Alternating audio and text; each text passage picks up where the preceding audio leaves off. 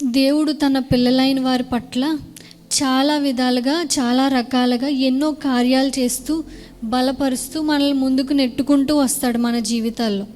ఎవరు మనల్ని వెనక్కి లాగేసినా, ఎవరు మనల్ని తొక్కేసినా, మనల్ని నిలబెట్టడానికి, మనల్ని లాగి మరలా ఆయనతో పాటు తీసుకెళ్ళడానికి మనకి ఎవరున్నారండి? దేవుడు ఉన్నాడు కదా. అలా దేవుడు మన కోసం ఎలాంటి కార్యాలు చేస్తాడు, ఏ విధంగా చేస్తాడు అని ఈరోజు మనం తెలుసుకుందాం. అయితే మొదటగా ఏంటంటే, దేవుడు మైటీ థింగ్స్ అంటే శక్తివంతమైన కార్యాలు చేస్తాడు. అంటే దేవుడు ఏదైనా చేయడానికి సమర్థుడు. ఎల్ షడాయ్ ఇక్కడ ఉంది కదండి, ఎల్ షడాయ్ అంటే సర్వశక్తిమంతుడు. సర్వము చేయగలిగిన శక్తి కలిగిన ఉన్న దేవుణ్ణి మనం నమ్ముకున్నాం కాబట్టి మనకి భయం లేదు, బెంగ లేదు, దిగులు లేదు. చాలామంది బయట చూస్తే బాధ వస్తే చెప్పుకోవడానికి ఎవరు ఉండరు, లేక చెప్పుకోవడానికి మనుషులు లేక చనిపోయిన వాళ్ళు అనేక మంది ఉన్నారు. ఇప్పుడు ఏమైనా కష్టం వస్తే ఇది ఎలా తీరుతుంది అని ఒక ప్రశ్న కింద మిగిలిపోయిన జీవితాలు ఎన్నో ఉన్నాయి. వాళ్ళకి ఆ కష్టం ఎలా తీరుతుందో తెలీదు, దానికి ముగింపు ఏంటో తెలీదు. ఏదైనా ప్రాబ్లం, ఒక సమస్య వస్తే దానికి పరిష్కారం ఏంటి అది తెలియదు ఎవరికి. కానీ మనకు సమస్య వస్తే ఎవరండి మన పరిష్కారం? దేవుడే. మనం ప్రార్థన చేస్తే వింటాడు దేవుడు, నా దేవుడు కార్యం చేస్తాడు అనే ఒక విశ్వాసం. అంత గొప్ప దేవుడిని మనం నమ్ముకున్నాం కదా. ఆ గొప్ప దేవుడు అంట శక్తివంతమైన కార్యాలు మన కోసం చేస్తాడంట. చూద్దామా?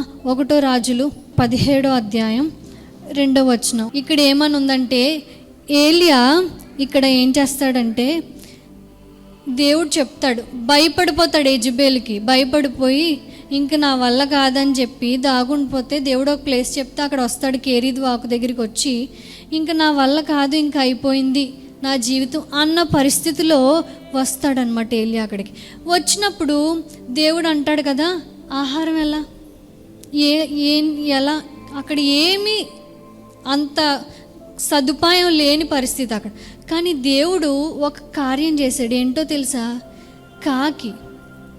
కాకితో ఆహారాన్ని, రొట్టె మాంసం, ఒక పూట 2 పూటలు ఎన్ని రోజుల్లో పంపించాడు అలా కదా.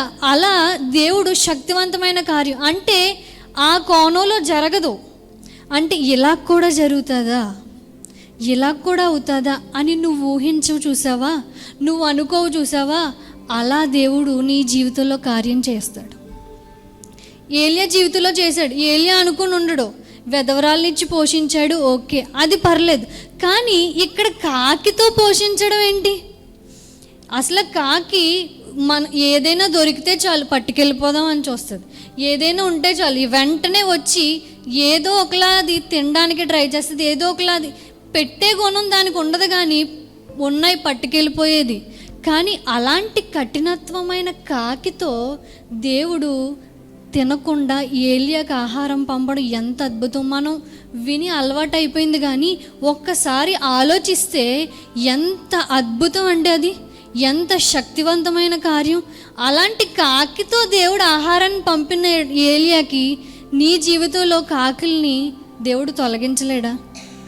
నీ జీవితంలో కాకిల్లా పొడుస్తున్న వాళ్ళని దేవుడు తీసివేయలేడా? ఆ మూతులు విరగొట్టలేడా? దేవుడు శక్తివంతమైన కార్యం నీ కోసం చేయగల సమర్థుడు. నువ్వు ఆయన నమ్మాలి. ఆయన నీ కోసం ఏదైనా చేయగల సమర్థుడు. మనం ప్రార్థిస్తేనంట దేవుడు ఏదైనా చేస్తాడంట. అది ఎలాగో తెలుసా? నీకు అది అవసరమైతే, నీకు అది కావాల్స్తే, నీకు ఇప్పుడే అర్జెంటుగా నీకు కావాలని దేవుడు అనుకుంటే, నీకు అవసరమైతేనంట అది భూమి మీద లేకపోయినా సృష్టించి నీ దగ్గరికి తీసుకొచ్చి పెడతాడంట. అంత గొప్ప దేవుడు, అంత శక్తివంతంగా, అంత శక్తివంతమైన కార్యాలు నీ కోసం చేసే దేవుడు ఉన్నాడని అస్సలు మర్చిపోకు. చిన్న చిన్న వాటికి కృంగిపోకు, చిన్న చిన్న వాటికి భయపడిపోకు. కొన్నిసార్లు చాలా పెద్ద పెద్ద సమస్యలు తట్టుకుంటాయి గుండెలు. కానీ చిన్న మాట ఏమన్నా అంటే, చిన్న మాట ఏమన్నా ఎవరైనా అంటే, అంత పెద్దవి తట్టుకున్న గుండె ఇలాంటి చిన్నవాటికి ఏమవుతుందండి, కొన్నిసార్లు తట్టుకోలేకపోతూ ఉంటాయి. కానీ జ్ఞాపకం చేసుకో, నీ దేవుడు శక్తిమంతుడు, నీకోసం శక్తివంతమైన కార్యం చేయడానికి ఆయన నీ కోసం ఉన్నాడు. ఆయన నీతో చెప్తున్నాడు ఈరోజు, నువ్వు దేనికోసం దిగులు పడుతున్నావో, దేనికోసం బెంగెట్టేసుకుని రాత్రులు ఏడుస్తున్నావో, దేవుడు అంటున్నాడు ఆ విషయమై నేను పని చేస్తున్నాను, ఆ విషయం మీదే నేను పని చేస్తూ ఉన్నాను నీకోసం. నీ జీవితంలో ఒక కార్యం చేయాలని, నీ జీవితంలో కూడా నువ్వు ఆనందించే రోజులు నువ్వు చూడాలని, నీ జీవితంలో కూడా అందరూ నువ్వు అనుకుంటున్నావు అందరూ ఆనందంగా ఉన్నారు, నేను ఎప్పుడు ఆనందంగా ఉంటాను, అందరికీ అవుతున్నాయి, వాళ్ళ ప్రార్థనలు అయిపోతున్నాయి, వాళ్ళకి ప్రార్థనలు జవాబు వస్తున్నాయి, నాకే ఎందుకు రావట్లేదని కృంగిపోతున్నావేమో. దేవుడు అంటున్నాడు నీ జీవితంలో ఒక శక్తివంతమైన కార్యం చేసి నిన్ను తృప్తిపరచబోతున్నాడు. ఎవరైతే కాకులు నీ జీవితంలో ఉన్నాయో వాటన్నిటిని వెలివేసి ఆ కాకి మూతు ముడుచుకునేలా దేవుడు నేను హెచ్చించబోతున్నానని దేవుడు నీతో చెప్తున్నాడు. మొదటిగా ఏంటంటే దేవుడు మన కోసం శక్తివంతమైన కార్యము చేస్తాడు.